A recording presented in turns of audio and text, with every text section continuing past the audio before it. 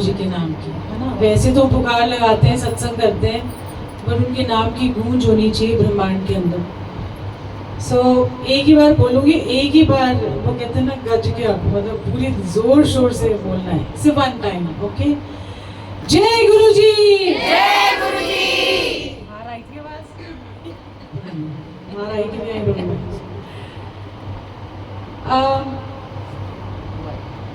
सबसे पहले तो सारी आई हुई संगत को बहुत सारा प्यार और बहुत सारी मुस्कुराहट आपकी जिंदगी में। एंड कोई बात नहीं, थोड़ा सा एडजस्ट करो, कोई बात नहीं। एक संगत अगर दूसरी संगत को एडजस्ट करती है, आरती की थाली दे देती है कि चल पहले ये आरती कर ले, मैं तो करती रहती हूँ, ये नया कोई आया है, गुरु वो देखता है। गुरु वो भी देखते हैं कि एडजस्टमेंट किसको दिखाए, मैनू ही पहले सीट मिल जाए, दूजिया का रहन दो, सानू तो कुछ नहीं पता, वो भी गुरु देखता है। सेवा का मतलब ही होता है अपने सिवा। तो जब आप ये अपने सिवा भी कुछ देखते हो और उसी को सेवा कहते हैं, क्योंकि आप अपनी सेवा ही नहीं कर रहे, आप अपने सिवा किसी और का भी ध्यान रख रहे हो, उसी को सेवा कहते हैं। बस पहले ना 5 मिनट के लिए आज मैं ये चाहती हूँ कि आप सारे अपनी आईज बंद कर लें। ये मत सोचिए कि आज गर्मी है, पसीने आ रहे हैं, ओहो गुरुजी कितने पास गए, गर्मी बड़ी है। आज सिर्फ 5 मिनट के लिए आप अपनी आंखें बंद करें और जो जो मैं बोल रही हूँ उसको फॉलो करते जाएं। ये ऐसा नहीं है कि मैं आपको कोई लेके जा रही हूँ, बट ये गुरु की मेहर है कि जब आप पहली बार, आप आंखें बंद करो, कि जब आप पहली बार गुरु जी के पास गए और बड़े मंदिर गए या किसी ने आपको गुरु जी के बारे में बताया और फिर आपको जाके वहाँ एहसास हुआ और अपनी प्रॉब्लम्स, अपनी दिक्कतें, अपना क्या कहते हैं, दुख दर्द, वो सारा अपने गुरु जी को बताया, कैसा आपने महसूस किया। और जब आप घर वापस आए या कहीं से भी, मंदिर से आए, सत्संग से आए, पहली बार गुरु जी का जब जिक्र हुआ तो आपको क्या महसूस हुआ, क्या लगा आपको? फिर दूसरी बार गए, धीरे धीरे जब गुरु जी आपके जीवन में आने लगे और जैसे जैसे, जिसको कहते हैं ना कि उनका जीवन में जब प्रवेश हुआ तो आपके अंदर क्या क्या चेंजेस आए, आपके जीवन में क्या बदलाव आया, आप पहले कैसे थे और आज आप कैसे हो, कभी ये भी सोचो। उसी जर्नी में जाओ कि आप आए थे तो कैसे थे और आज कैसे हो। आज जो आए हैं वो सोचे कि हम कल कैसे होंगे। ये जो कड़वाहट हम लेके घूमते हैं ना संगत के अंदर भी, चाहे अपने जीवन के अंदर भी, गुरु जी कैसे इसको निकाल रहे हैं। हर चीज़ वो कर रहे हैं, हर चीज़ में उनकी मेहर है। आप कभी भी सोचना कि, कभी ये नहीं सोचना कि आज गुरु जी बैठे नहीं हैं और आपका ध्यान नहीं रख रहे। वो पल पल आपके साथ होते हैं, आपको महसूस भी होते हैं, बट आप खुद ही फंसे हुए हो, इसीलिए आपको महसूस नहीं होते। तो आज आप गुरु जी से बस अरदास करो, अपनी अरदास खुद लगाओ कि गुरु जी मैं जैसा हूँ, मैं जैसी हूँ, आपकी हूँ, मैं जैसी हूँ तैसी हूँ, बस आप मुझे संभाले रखना और आप ही की प्रोटेक्शन है, मुझे आप ही का साया मेरे आसपास रहे, ताकि मैं अपना जीवन सफल करके जाऊँ।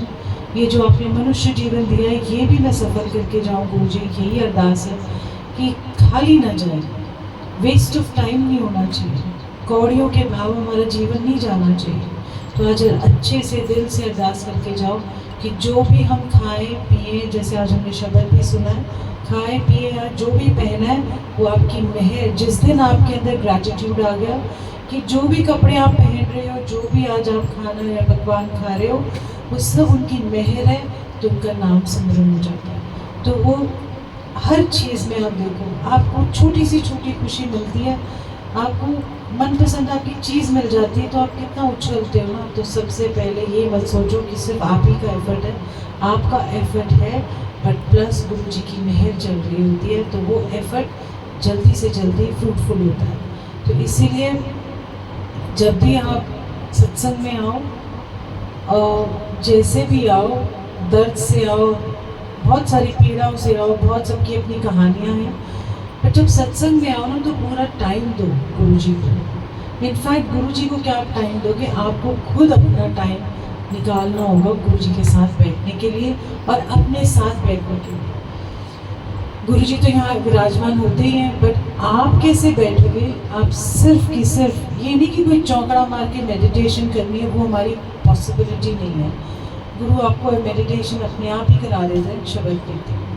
तो सिर्फ इतना ही करना है कि आपको अपनी आत्मा को यहाँ प्रेजेंट करना है, यहाँ पर ही मौजूद करना है, और आपको फिर गुरु महसूस होगा, शब्द कीर्तन के थ्रू महसूस होगा, आपको फिर जवाब भी मिल जाएंगे, आपको हर चीज़ वो मिलेगी जो आपके मन में चल रही है।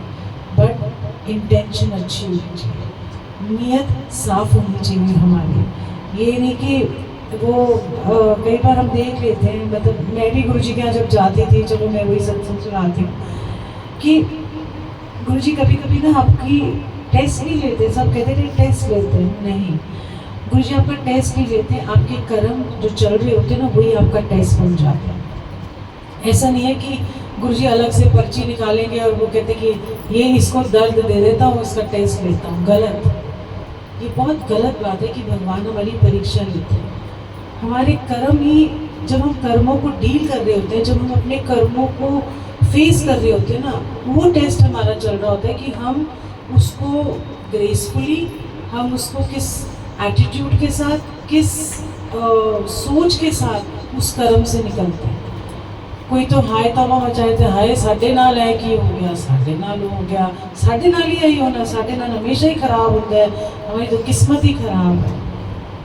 ये एटीट्यूड जब तक आप नहीं निकालोगे, क्योंकि जब आप गुरु के पास आ गए हो तो आपकी किस्मत चमक गई। आप जब गुरु जी के पास आ गए हो तो ये बोलना कि मेरी किस्मत खराब है, तो इसका मतलब है आप गुरु जी से जुड़े ही नहीं हैं, अभी आपको टाइम है। तो जिसके जीवन में गुरु होता है ना, उसकी किस्मत हमेशा चमकी रहती है। जिंदगी के उतार चढ़ाव में ये मत सोचना कि हाय, क्योंकि दुनिया के हिसाब से वो चीज़ बड़ी दुखदाई है, बट एक सोल के हिसाब से, एक गुरु के हिसाब से हमारे पूरे जीवन काल, पूरे भी जितने भी जन्म है हमारे, उस हिसाब से वो सही है, क्योंकि गुरु को पता है कि क्या सही है और क्या करना है। और हमेशा इस धरती पे ही आना है, और इस धरती पे ही आपके कर्म कांड है, जो भी है इधर ही आपको भुगतान करके जाना है। ना ऊपर कोई स्वर्ग है, ना नीचे, मतलब ऊपर कोई स्वर्ग नर्क नहीं है, गुरु जी कहते हैं। सो ऐसे ही जब मैं गुरु जी के पास गई एक दिन, बड़ी खुश, मतलब उन्होंने बोला था कि मुझे ना तो एंज करी, एम ब्लॉक मार्केट जा रही है ना, एम ब्लॉक मार्केट ऑर्डर कर प्रिंस की चाट और पापड़ी, क्योंकि सिंगला के आए हुए थे, तो कह रहे सिंगला खा के आएंगे। ठीक है, तो मैं भी चली गई, 6 बजे चली गई, 7 बजे नहीं तो जाती थी। और उस दिन जब मैं गई तो आई थिंक प्रमोद महाजन का भी मर्डर हो गया था, तो जैसे मैं गई सिर्फ गुरु जी बैठे थे और मैं बैठी थी, मतलब ऐसे मौके कहाँ मिलते हैं। सो वहाँ बैठी और तो मुझे कहते कितना माड़ा टाइम आ गया। कह रहे थे भाई ही भाई का कत्ल करता है, किस चीज़ के लिए कत्ल करता है, कोई ईर्ष्या के लिए करता है, कोई प्रॉपर्टी के लिए करता है, मतलब जीवन का कोई वैल्यू ही नहीं है। तो मैंने कहा हाँ जी मैं तो हाँ जी कहती रही। कहते रिश्तों की कोई मायने ही नहीं है, कोई भी रिश्ते के मायने नहीं रहेगा। मैंने कहा हाँ जी करना होता। एंड फिर गुरु जी ने एक बात मुझे कही कि तेनों पता है कि तेरा स्वर्ग भी इत्थे ही है तो तेरा नर्क भी इत्थे ही है, उत्ते कोई स्वर्ग नर्क नहीं है। मैंने कहा हाँ जी गुरु जी, वो समझ ही नहीं आई थी। मैंने भी हाँ जी कर दिया। कहते जो तू स्वर्ग बनाएगी तो स्वर्ग बनेगा, जो तू नर्क बनाएगी तो नर्क बनेगा।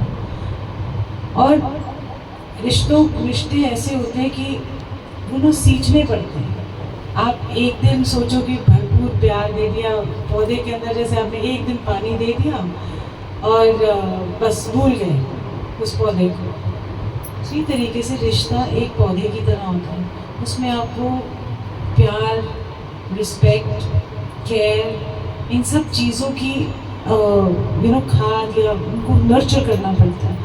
तो गुरु जी कहते हैं टाइम औखा भी होता है, ऐसा नहीं है कि एक दिन मन भी करेगा कि बीमार है या कुछ है कि क्यों पौधे में पानी डालना, बस उस रिश्ते को क्या करना है हमने। बट ये याद रखना कि इसके लिए भी you have to go against the time. आपको मन ना भी करे फिर आपको अपना कर्म करना है और आपको खुशी से करना है। पिटो रो जो मर्जी करो, कर्म करो बट खुशी से करो। जो भी करो, पकवान बनाते तो भी खुशी से करो। हर चीज़ में आपको परमात्मा अंग संग रहना चाहिए। आपको ज़रूरी नहीं है कि पाठ ही करने, ज़रूरत हमें तो आते ही नहीं है पाठ, हमें याद ही नहीं रहता, या लगा के भी कर सकते हो। जो भी घर में पकवान बनाते हो तो आप सिर्फ गुरु जी का नाम लेते हुए बोला, रस डालने वाले भी आप हैं, मेरे घर में बरकत डालने वाले भी आप हैं, हमारे रिश्ते निभाने वाले भी आप हैं, तो हमें ऐसी सोचो समझते हैं। तो गुरु जी एक बारीकी से हाथ, तब तो मेरे दिमाग के ऊपर से निकल जाती थी बातें। मैंने कहा अच्छा ठीक है, समझ नहीं आती थी मुझे। एंड बट बाद में समझ आई कि गुरु के जो वचन होते हैं ना, एक एक वचन अनमोल है। मेरे को आज एक वचन कहा, किसी और संगत को कोई और वचन कहा, ज़रूरी नहीं कि सारे वचन तालमेल रखते। मतलब अगर गुरु जी के हम सोचे कि सिर्फ 30 वचन हैं या 50 वचन हैं जीवन भर के, गलत है। क्योंकि जब से गुरु जी धरती पे आए उन्होंने कोई ना कोई वचन किसी न किसी के साथ किया। कोई भी संगत जो गुरु जी से मिली हुई है उसके अपने वचन होंगे, क्योंकि उसके लिए वही सही था, मेरे लिए यही सही था। तो हर संगत के अपने अपने एक्सपीरियंसेस हैं। आप सब भी जो आए हो आज गुरु जी से जुड़े हुए हो, और मतलब कोशिश तो हमारी रहती है जुड़े रहे, बट जोड़े रखते वही हैं। हम तो हमेशा ही अरदास करते हैं प्लीज़ हमें हमारे को विछोड़ा नहीं चाहिए आपसे। पता लगा हमें फीलिंग ही नहीं आ रही गुरु जी की, सो वो तो मरण नहीं हो जाएगा मेरा, वो तो मेरा डेथ स्टेट। सो आप जितने भी आए हो आपके अपने एक्सपीरियंस हैं, आपकी अपनी एक जर्नी है, आप सब स्पेशल हो। एक एक संगत गुरु जी के लिए स्पेशल है। क्यों? क्योंकि जब आप 4 लोग एक थाली में लंगर खाते हो वहाँ पर न ऊंच है न नीच है। गुरु जी ने तो यही प्रथा शुरू की थी, है ना। और ईगो खत्म हो जाती है। क्यों? क्योंकि आपको पता ही नहीं लगता है कि कौन आपके सामने बैठा, तो आपके अंदर द्वेष भी खत्म होता है। तो गुरु जी ने एक चीज़ से कितनी आपकी चीज़ें हटा दी, नहीं तो हम वही डिफरेंस करते रहते हैं। सो गुरु जी की हर चीज़ में, हर शब्द कीर्तन में, हम क्यों कहते हैं कि शब्द कीर्तन सुनने चाहिए। सत्संग में मैं ना आपको वो सत्संग नहीं सुनाऊंगी, वो तो मैं हमेशा सारे सत्संग तो सब सुनते ही हैं यूट्यूब पे, पर छोटी छोटी बारीकियाँ होती हैं ज़िंदगी की जो कनेक्ट करती हैं उनको गुरु जी से। जब भी आप सत्संग रखो अपने घर के अंदर, ये याद रखो कि गुरु घर आ रहे, वो नंबर 1 है। बाकी सब चीज़ें हम नंबर 2 पे आते हैं। ये नहीं कि हमने गुरु जी की सजावट करी, ऐसे चल जाएगा, चल जाएगा, अपना तो लिपा पोती अच्छे से कर ली, बाल कर्ल्स भी कराने चले गए और सब गुरु जी वेट कर रहे हैं कि मैं आ गया हूँ, और संगत ही नहीं है, वही नहीं है जिन्होंने स्टार्ट करना सीखा। सो बात ये नहीं कि उनको नहीं फ़र्क पड़ेगा, उनको ये नहीं फ़र्क पड़ेगा कि आपने उनके लिए किया या नहीं किया। फ़र्क आपके कर्म में आ जाता है, आपकी सोच में आता है। तो इसीलिए सबसे पहले उनका सत्कार होता है। हम गद्दी लगाते हैं उनके सत्कार के लिए लगाते हैं, नहीं तो घर में बैठ जाओ ऐसे ही फोटो लगा के। किसी ने नहीं बोला आपको सत्संग करने के लिए, किसी ने नहीं बोला आपको संगत लाने के लिए। यहाँ पर आप अपना कनेक्शन घर बैठे भी कर सकते हो, बट सत्संग के अपने एक मायने होते हैं। सत्संग एक कट होता है जहाँ पर सेम सोच के बंदे, जो सेम गुरु जी को मानने वाले हम जो हैं, हम जब इकट्ठे होते हैं तो हमारे मन में वो नहीं आता कि उनकी एनर्जी चल रही होती है उस टाइम पे। तो जब इकट्ठ होता है तो एक एनर्जी अलग होती है। गुरु को भी अच्छा लगता है, आए मेरी संगत है, मेरी उनके लिए तो ये हम सब संगत मेरी है, उनके अपने हैं यहाँ। तो जब उनके अपने आते हैं यहाँ पर, तो अब ये देखो कि कितने खिल जाते हैं। गुरु जी को अपनी संगत से इतना प्यार था कि वो नीचे बैठ जाते हैं। जैसे तकिया लगाया और बैठ गए, सूप पी लिया, वो खाते ही क्या थे, कुछ भी नहीं खाते थे गुरु जी। तकिया लगा के पीछे और ऐसे करके पैंट शर्ट में बेचारे क्यूट से थोड़े से अच्छे से लगते बैठे थे। और अगर कोई ऐसा होता कोई और दूसरे तो कभी भी ना बैठे, वाई शुड वी सिट, हम क्यों बैठे, हम क्यों करें, क्यों? क्योंकि गुरु ने हम सब संगत को अपना बनाया। और उन्होंने ये नहीं बोला कि चल हट पर यू आई मीन मैं गुरु, मैं परमात्मा, मैं जो भी, तुम सब कुछ नहीं हो। कहते भी थे कीड़े मकोड़े, पर प्यार जो उन्होंने दिया, और आज भी आपको जो प्यार दे रहे हैं, सत्संग में बुला के बिठा के समझाते हैं, इतना प्यार आपको बरसाते हैं, इतना रस आपको देते हैं, आपने कभी ज़िंदगी में सोचा भी है कि उसका शुक्राना करें? ऐसे लगता है नॉर्मल है, हर सत्संग में तो हम चले जाते हैं, पर हर सत्संग शायद आपका आखिरी सत्संग, यू नेवर नो। तो सीरियस हो कि जब आप जाओ, चाहे आप कोई काम करता है, कोई नहीं आ पाता टाइम से, तो गुरु जी कहते हैं मैं इधर बैठे ही हूँ, यू नो, वेले बैठे हो, टाइम लग रहा है आपको तैयार शायद होने में, तब गलत है। तो जो सच में वर्किंग पीपल है और जो नहीं आ पाते वो फिर भी टाइम निकाल के भागते हैं कि कुछ पल गुरु जी के साथ बिता सके, तो गुरु जी को थैंक यू बोलना चाहिए हमें कि ऐसे पल उन्होंने हमारे लिए बनाए, सत्संग रखे हैं। और सत्संग अदब से करो, शांति से करो, डिसिप्लिन के साथ करो। इतना राम रौला किस चीज़ का? दिमाग में शोर, दिल के अंदर शोर, बाहर बोल बोल के शोर। एक ऐसा टाइम होना चाहिए सत्संग के अंदर, जब सत्संग में आते हो वो आपका टाइम है जहाँ पर आप अपने आप से रूबरू होते हो। और अपने आप से रूबरू कैसे होते हो? क्योंकि जो गुरु आपके अंदर बैठा है उसके दर्शन होते हैं। ऐसे नहीं कि सामने दिख गए, पर अंदर से वो इतना महसूस होंगे, अंदर से वो इतने आपको महसूस होंगे कि आपको ऐसे लगेगा कि प्रेम का एक फव्वारा सा आपके अंदर उमड़, और जब उमड़ता है ना तो उसमें सब गोते लगा सकते हैं। इतना प्यार उमड़ता है कि आपको लगता है सारी संगत सब में गुरु जी, ये तू भी आ जा सत्संग। पर याद रखो डिसिप्लिन। अब कईयों की इतनी उम्र भी बीत गई होगी, आज तक ये नहीं समझ पाए कि गुरु के पास जाके शांति से बैठो, मन शांत करने के लिए आओ, अपनी ज़िंदगी की उथल पुथल दूर करने के लिए आओ। मन शांत होगा तो ही प्यार होंगे।